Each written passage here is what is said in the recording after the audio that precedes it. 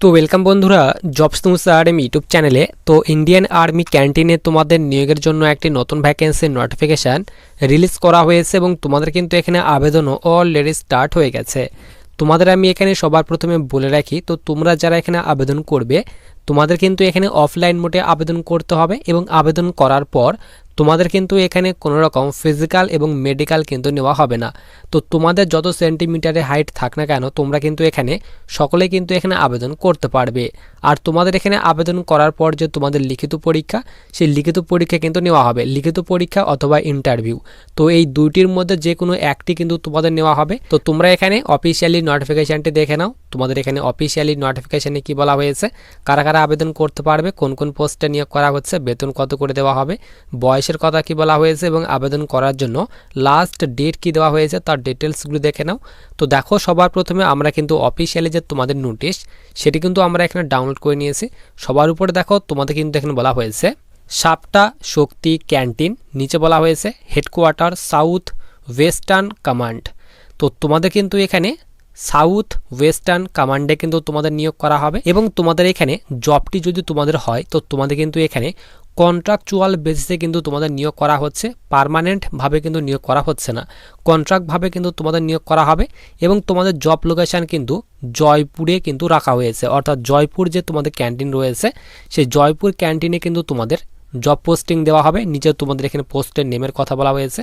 তো তোমাদের কিন্তু এখানে অ্যাকাউন্ট ক্লার্ক পোস্টে একটি ভ্যাকেন্সি দেওয়া হয়েছে। পে স্কেলের কথা বলা হয়েছে, তোমরা কিন্তু এখানে 19,000 টাকা করে প্রতি মাসে বেতন পাবে এবং কোয়ালিফিকেশান বলা হয়েছে, অর্থাৎ আবেদন করার জন্য তোমাদের এখানে শিক্ষাগত যোগ্যতার কথা বলা হয়েছে, গ্র্যাজুয়েশন পাস করা থাকতে হবে অথবা যাদের এখানে বিকম করা রয়েছে তোমরা কিন্তু এখানে আবেদন করতে পারবে। এবং তোমাদের কিন্তু এই পোস্টের জন্য অর্থাৎ অ্যাকাউন্ট ক্লার্ক এই পোস্টে কিন্তু তোমাদের টাইপিং স্পিড কিন্তু চেক করা হবে। এখানে বলা হয়েছে 40 ওয়ার্ড পার মিনিট তোমাদের কিন্তু টাইপিং স্পিড কিন্তু থাকতে হবে। এবং তোমাদের বয়সের কথা বলা হয়েছে, তো 31শে ডিসেম্বর 2025 তারিখ অনুযায়ী তোমাদের বয়স কিন্তু 45 বছর বয়সের মধ্যে কিন্তু হতে হবে। 45 বছর বয়সের কিন্তু ঊর্ধ্বে বয়স হওয়া চলবে না। তো যাদের এখানে 18 থেকে মিনিমাম 18 এবং ম্যাক্সিমাম 45 বছরের নিম্নে কিন্তু বয়স হতে হবে, তাহলে তোমরা কিন্তু এখানে আবেদন করতে পারবে। এরপর সুপারভাইজার পোস্টের ক্ষেত্রে তোমাদের টোটাল 2টি ভ্যাকেন্সি দেওয়া হয়েছে, বেতন কিন্তু সেম রাখা হয়েছে। প্রতি মাসে তোমরা কিন্তু এখানে 19,000 করে প্রতি মাসে বেতন পাবে এবং গ্র্যাজুয়েশন পাস কিন্তু চাওয়া হয়েছে। বয়স বলা হয়েছে তোমাদের এই তারিখ অনুযায়ী অর্থাৎ 31শে ডিসেম্বর 2025 তারিখ অনুযায়ী তোমাদের বয়স কিন্তু 47 বছর বয়সের কিন্তু নিম্নে বয়স কিন্তু হতে হবে।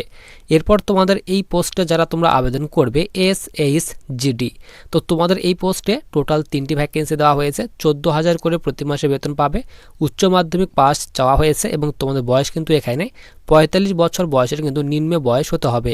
এরপর MTS পোস্টে তোমরা যারা আবেদন করবে টোটাল একটি ভ্যাকেন্সি দেওয়া হয়েছে, বেতন বলা হয়েছে তোমরা কিন্তু প্রতি মাসে 14,000 করে প্রতি মাসে বেতন পাবে, 10th পাস চাওয়া হয়েছে। তো শুধুমাত্র যাদের 10th পাস করা রয়েছে তোমরা MTS পোস্টে আবেদন করতে পারবে এবং তোমাদের বয়স বলা হয়েছে তোমাদের কিন্তু ম্যাক্সিমাম 45 বছর বয়সের কিন্তু মধ্যে কিন্তু বয়স হতে হবে। তো যাদের এখানে 18 থেকে 45 বছর পর্যন্ত বয়স রয়েছে তোমরা কিন্তু এখানে আবেদন করতে পারবে। এরপর নিচে তোমাদের নোট দিয়ে এখানে বলে দেওয়া হয়েছে তোমাদের কিন্তু বেসিক পের সঙ্গে আদার্স যে তোমাদের অ্যালাউন্স রয়েছে সেই আদার্স অ্যালাউন্সও তোমাদের কিন্তু দেওয়া হবে। বেসিক পের সঙ্গে কিন্তু তোমাদের 7% কিন্তু এখানে URC অ্যালাউন্স অ্যাড হবে। এরপর এখানে বলা হয়েছে EPF তোমাদের দেওয়া হবে। এরপর এখানে ESI বোনাস তোমাদের দেওয়া হবে এবং 3% তোমাদের কিন্তু অ্যানুয়াল ইনক্রিমেন্ট তোমাদের কিন্তু দেওয়া হবে। এরপর নিচে বলা হয়েছে সিলেকশন প্রসেস।